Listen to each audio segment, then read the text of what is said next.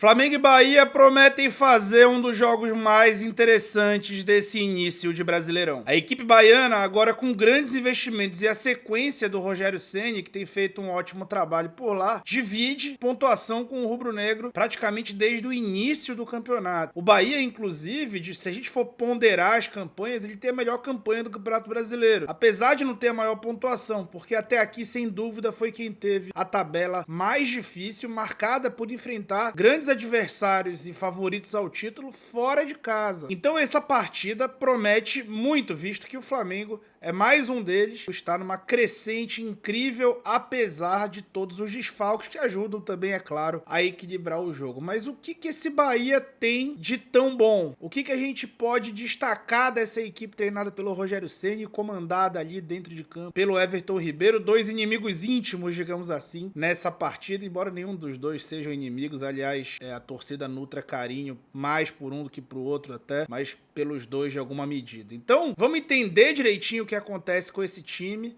e quais as oportunidades e desafios que o Flamengo vai enfrentar na partida da próxima quinta-feira, tá bom? E eu lembro a você que membros do canal do Falso 9 escutam os meus comentários táticos durante todos os jogos do Flamengo. Por R$5 por mês. Tipo, R$5 por mês é um valor simbólico. Você vai escutar os meus comentários táticos em todos os jogos do Flamengo via WhatsApp. E também vai participar, além desse canal de transmissão tática, vai participar de um chat comigo na mesma rede, lá no WhatsApp, e com os outros membros, podendo trocar ideia sobre Flamengo, sobre tática, na que já é a maior comunidade que fala sobre tática no Flamengo via WhatsApp. Então, vem comigo falar sobre tática sem tatiquês.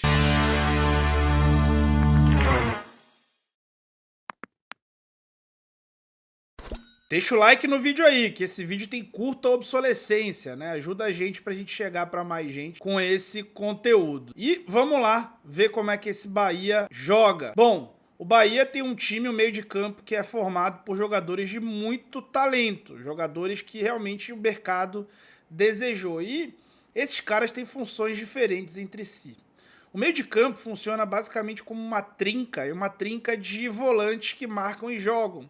Sim, o Everton Ribeiro ele atua, apesar de ser o grande criador desse time, mas ele atua no momento com bola, alternando entre um momento ali de volante e um momento mais aberto, assim como o Jean Lucas. Nessa imagem a gente vê o Jean Lucas aberto por um lado durante a construção do time, Everton Ribeiro aberto pelo lado direito e o Cauli ali baixo por dentro. Na frente deles a gente vê o Tassiano e o Everaldo, que podem ser considerados como uma dupla de ataque, mas na verdade o Bahia joga com uma dinâmica de falso 9. Não como eu, né? Eu sou só uma caricatura. Ele joga como falso 9 de verdade. E o Cauli executa essa função. Então a gente vai ver o Everaldo e o Tassiano jogarem como pontas em grande parte do jogo, inclusive na fase defensiva. Vou mostrar isso para vocês aí. O Bahia, ele é o time que tem a maior taxa de passes por minuto de posse de bola do Campeonato Brasileiro. Ele teve por muito tempo na temporada o maior número de passes trocados e o maior número de posses de bola, mas isso deixou de acontecer no Brasileirão porque eles têm utilizado uma estratégia diferente. Fora de casa, o time abre mão de marcar tão alto e faz um comportamento mais zonal, que eu vou mostrar para vocês, e dentro de casa ele pressiona os adversários como jogava no início da temporada. Então é um time que tem duas faces, e a face que o Flamengo vai enfrentar nesse momento da temporada é essa face do Bahia jogando ali fora de casa. Então a gente vê aí o Caio Alexandre suportando a saída de bola como esse volante à frente dos dois zagueiros, baixando ali para receber essa bola. À frente dele, a gente tem o Everton Ribeiro muito aberto por um lado, o Jean Lucas que flutua ali da esquerda por dentro, e a gente já vai começar a ver o Cauli se posicionando ali como falso 9, do lado ali entre Everaldo e Tassiano, tá? Então o Cauli e o Everton Ribeiro conseguem jogar juntos porque o Everton sai de uma função de volante para médio ali, segundo homem barra meia, dependendo da fase do jogo. E o Cauli sai desse falso 9 para um meia e depois volta a ser um falso 9 e tem uma contribuição muito, mas muito voluntariosa dos atacantes Tassiano e Everaldo. É um esquema tático bastante curioso que potencializa muitos desses caras. Ali acaba que o Tassiano tem uma versatilidade incrível e o Everaldo tem uma movimentação grande para um centroavante, com a inércia ali que eles têm. E o Cauli e o Everton Ribeiro são potencializados o tempo inteiro, assim como o Jean Lucas e o Caio Alexandre. Então, esse meio do Bahia joga tanto porque tem um sistema pensado para que esses caras de fato joguem, né? Então, é um time que vai buscar construir sempre por dentro, né? Ele é um time que, como eu mostrei pra você, joga com esse falso 9, com esses falsos pontas. Então é um time que vai basicamente jogar por dentro, não à toa. É um dos times que menos cruza bolas no Campeonato Brasileiro. O que, por exemplo, diminui o problema que o Flamengo tem por não ter o Fabrício Bruno e não poder colocar em campo os seus 4 zagueiros ao mesmo tempo. Nesse jogo, nem é tão indicado isso, é até mais indicado você ter o Alan, um cara que cobre mais área, que tem mais aceleração ali por dentro, para tentar cobrir essa área onde tem tanta gente ali se movimentando e trocando de posição. É um time que sai desde a saída de bola até a finalização direto, né? Sem bola longa ou sem necessariamente bola longa. É um time que tem muita capacidade de construir e cadenciar o jogo, né? Cadenciar o jogo baseado nesses meias. Aqui a gente vê uma bola que sai desde o goleiro, chega no Cauli e o Cauli vai encontrar ali os 2 atacantes fechados, né? Visto que ele saiu daquela posição nessa fase do jogo, e vai ter os 2 caras atacando a última linha com o Jean Lucas dando a largura para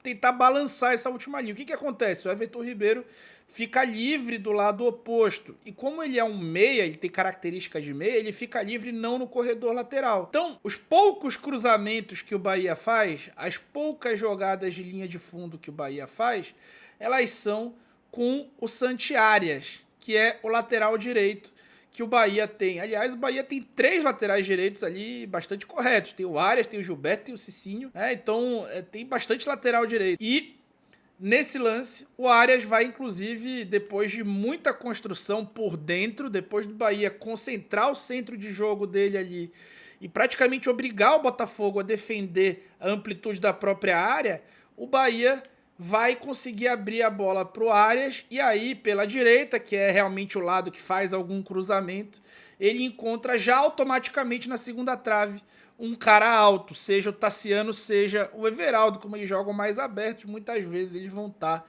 ocupando a segunda trave e podendo fazer cabeceios nesse lance. Quase foi um golaço do Bahia, né? Uma longa posse de bola. Bahia jogou muito bem esses 2 jogos, tanto contra o Atlético Mineiro quanto contra o Botafogo, inclusive vencendo o Botafogo, né? Vencendo o Botafogo no Newton Santos. Aqui, de novo, a bola vai conseguir chegar no Arias, então é um time que cruza muito pouco, mas os cruzamentos que fazem geralmente são do lado direito. Esse time sim sai longo, mas ele sai longo aproveitando um pouco ali a vantagem que o Everaldo, que é um centroavante jogando pelo lado, vai ter naturalmente contra um opositor, que é um lateral esquerdo. Se nessa partida o Léo Pereira for como lateral, essa vantagem vai acabar sendo neutralizada e o Léo Pereira vai poder disputar essa bola em igualdade de condições com o Everaldo. Caso o Ayrton Lucas volte a jogar, que é uma coisa que vai ser indicada caso ele esteja à disposição, essa vantagem volta a ser posta. E aí o Everaldo vai poder ter, digamos assim, esse embate e receber essas bolas longas. Essas bolas longas vão ser mais tentadas a ele, o que foi um caso, por exemplo, contra o Guilherme Arana na partida contra o Atlético Mineiro. Então o Ceni tem essa carta na manga quando o time não sai por baixo, quando é bem marcado alto. Por quê? Porque tem 2 caras fortes nos corredores que podem ser acionados com essa bola longa, contexto semelhante ao do Flamengo quando usa o Bruno Henrique ali aberto e é marcado alto, eventualmente faz sim essas marcações. Uma coisa aqui que a gente tem que falar sobre esse time defendendo, eu já dei spoiler no início do vídeo. O que acontece? Tem essa trinca de volantes meias ali, esses 3 caras que marcam e jogam. Everton Ribeiro, sim, jogando com bastante obrigação defensiva, aliás, como sempre fez. Caio Alexandre e Jean Lucas. O Jean Lucas e o Everton com uma função basicamente simétrica, só que lidas por jogadores diferentes. Então, o Jean Lucas é um cara mais de se projetar, é um jogador mais de força, a torcida do Flamengo conhece bem. E o Everton Ribeiro é um cara mais de técnica. Então acaba que, por característica, o Everton vai estar mais com a bola e o Jean vai estar mais se projetando. Mas posicionamento inicial deles, inicial e final ali, ele é basicamente igual.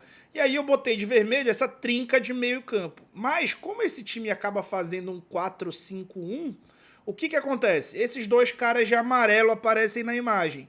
De amarelo aqui embaixo tem o Everaldo e de amarelo lá em cima tem o Tassiano. Ou seja, os dois jogadores que são centroavantes ou são jogadores de área, Tassiano até bem versátil, que jogam pelo lado do campo, ao estilo Mandzukic, quando jogava na Juventus junto, por exemplo, com o Higuaín ou com o Morata, não me lembro exatamente, mas jogava ali um centroavante pelo lado.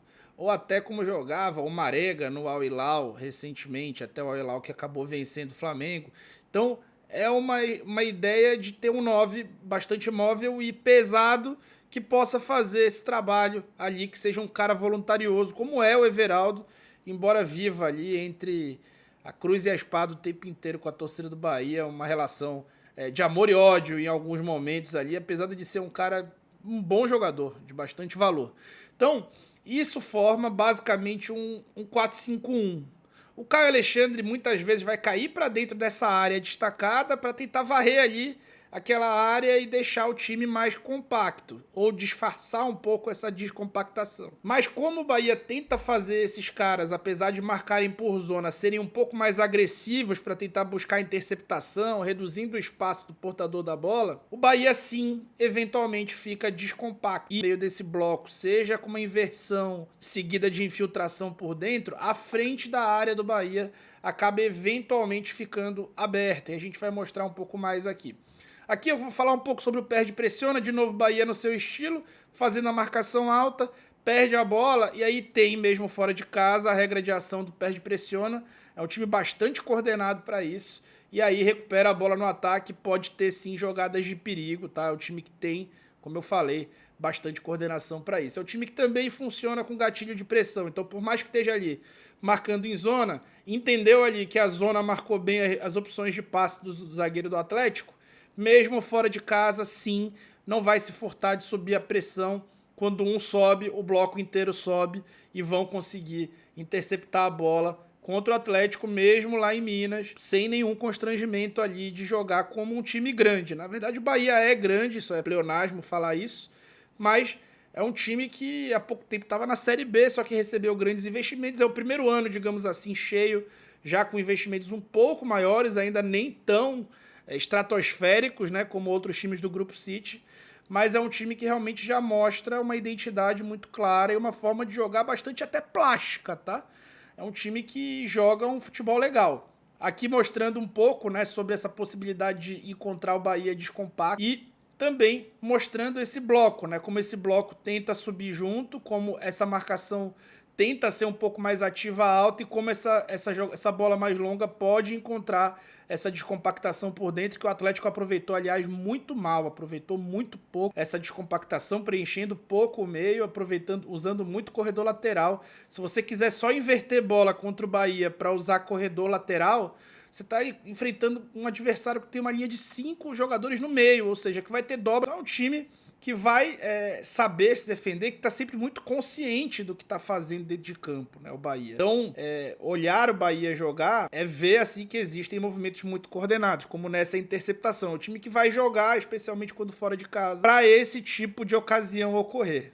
Ou seja, jogar tentando marcar em zona, fazer um meio de campo com bastante jogador, comprimir bastante esses caras lateralmente, para que esses caras fechem os canais ali de passe, e mesmo que você venda um pouco esse entrelinhas, que o Bahia acaba vendendo muito esse entrelinhas, a ideia deles é interceptar essa bola. É um time com um número alto de interceptações quando joga fora de casa, um dos times que mais intercepta, e depois conseguir atacar o adversário com uma defesa mais exposta, né? E aconteceu nesse jogo, quase faz esse gol, inclusive o Tassiano, no fim do primeiro tempo. Tem esse outro fator, né? Como joga com dois atacantes que têm capacidade de jogar na área, mas jogam fora, toda vez que a bola sai para um cruzamento, tem um deles na área, ou dois deles na área. Sempre muita gente pesando a área, aqui de novo o cruzamento saindo do lado direito. Praticamente todas as bolas que o Bahia cruza vêm deste lado do campo. Aqui o jogo contra o Botafogo, né?